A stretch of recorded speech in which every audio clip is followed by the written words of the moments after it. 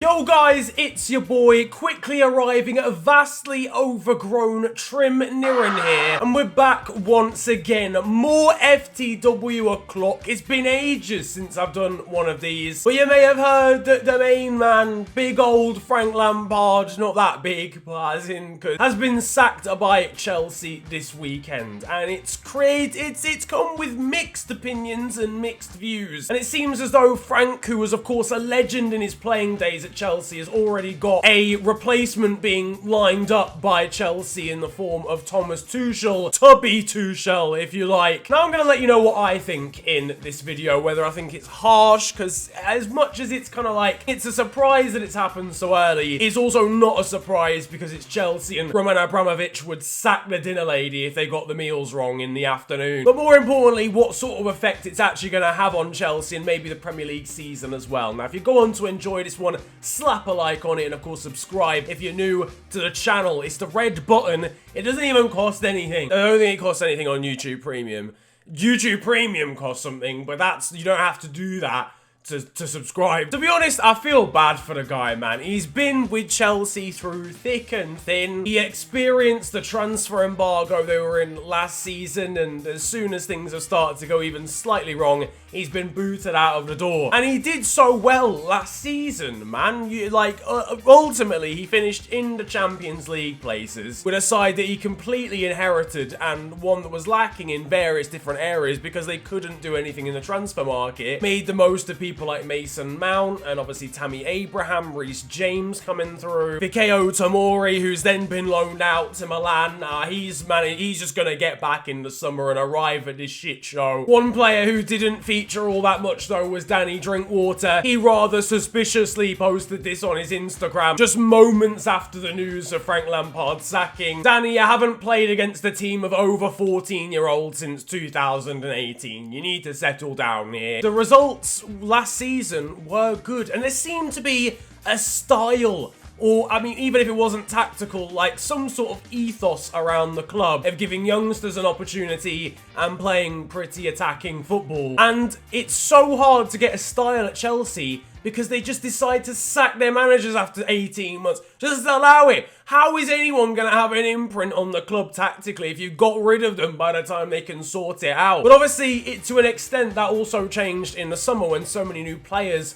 came in through the door as well. You had Timo Werner getting signed, Hakim Ziyech, Kai Havertz, Thiago Silva, Ben Chilwell, Mendy, because Kepa Arrizabalaga couldn't catch Corona. Listen, honestly, go into that Don's DNA and get something out of it and use it in the vaccine as well. Trust me, it's a surefire way of making sure that nobody can catch anything. But that was so many players, and it's going to take time for those players to gel. Up until, what, game week 10? Maybe. Chelsea looked really solid, really strong, debatable title challenges. Now, I'm just editing this video back, right, and I found that Chelsea are actually third for expected points across this season. That isn't everything, obviously, but you could argue he's pretty unlucky given how they've performed across the entire year. They'd be ahead of Manchester United if it was based on this. And obviously, it's fallen away recently, as is the form of the likes of Timo Werner. I mean, Kai Havertz's form never really got going. Timo Werner is not a bad player. Everyone has jumped on this bandwagon. Chelsea fans, similarly to everybody else. He clearly isn't terrible. Like, he wouldn't have put up the numbers he did in the Bundesliga if he was a terrible footballer. His finishing and his clinicality is not great, I'll be honest with you. People are saying that he cost Frank the job. Theoretically, if he didn't miss 7 sitters a game, Frank would actually still be in fair. Yeah, he even played well against Luton Town and then still missed a penalty, and that's what's going to drain the confidence. I don't think the good performance is. He was playing against the Championship side. Luton got relegated. Luton are in League One. Who even cares whether he played well or not? He will come good at some point, but it's just a lack of knowledge in the league, in the team. The team's changed so much, as I mentioned. At some point, you've got to have like an identity. You've got to stick with a manager that's actually going to be a project. To be fair to Chelsea, cycling through managers has worked to an extent over the course of the last few years. They've still won trophies. Sarri won the Europa League. Di Matteo won the Champions League. Di Matteo getting sacked like 6 months after winning the Champions League is a crime. That is not talked about enough. Roberto, if you're watching, you're not watching. But if you're watching, I've got your back, okay? Frank Lampard being a young manager and an ex-pro at the club and a legend at Chelsea, it just made sense for it to be a long-term project, like Ole Gunnar Solskjaer at Manchester United, like Mikel Arteta at Arsenal. I mean, Arteta hasn't been there for the long term yet, but he went through a similarly difficult, if not worse, phase and seems to have come out the end of it by adapting tactically. Ole Gunnar Solskjaer looked like a substitute teacher for many points during his managerial career at United, and now he's top of the league. And I know it's not about feel-good factor, it's not just football and vibes, that's not how this works. But I think he deserved more time if you're looking at it solely on a results basis. Mason Mount's going to be absolutely gutted under the circumstances as well. Mason, please, I'm going to need you to... You're not my dad!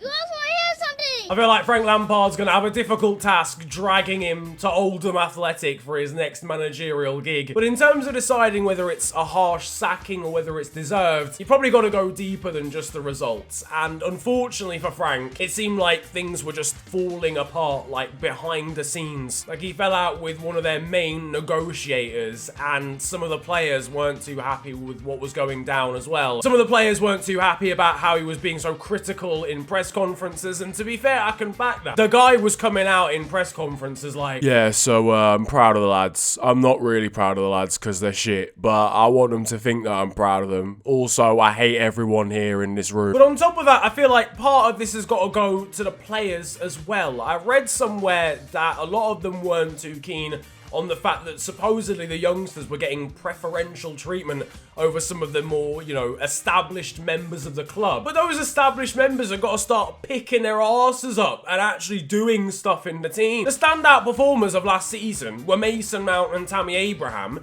and a few of the standout performers so far this season have once again been Mason Mount and this time Reece James. You can't just buy a ticket into the starting 11 because you're on £900,000 a week. So I think part of the blame has got to go on to the players as well. They seem to have swapped ends on him very quickly. But really and truly, that'll be the reason why he's been sacked. Like, it is harsh on him based on results. But in the here and now, they were doing badly, and if he has lost the dressing room, it's really hard to come back from that.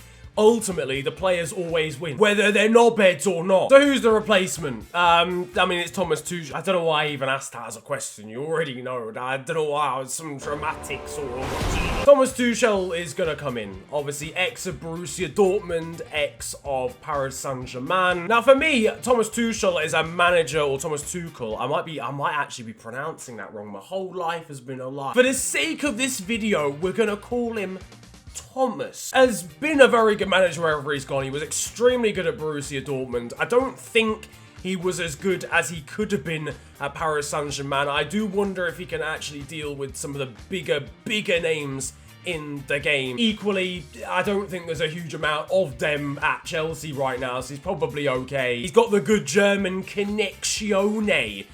That's not German. Une connection. That's actually sounded French, to be fair. He's got the connection, probably with a K at the start, with Timo Werner and Kai Havertz, okay? That's already going to be a good link-up. I mean, he hasn't worked with either of them during the course of his managerial career, I don't think. But at least there's something there for those two to work on, given they've had such a difficult time adapting to Premier League life. Really and truly, he won, you know, everything there is to win in France, but that's not difficult when you're the Paris Saint-Germain manager. I could go and do that, but the knee injury. But yeah, it's not a difficult task. Obviously, getting them to the Champions League final sounds difficult in truth, but equally, they are one of the best squads in the world, and he didn't win it anyway.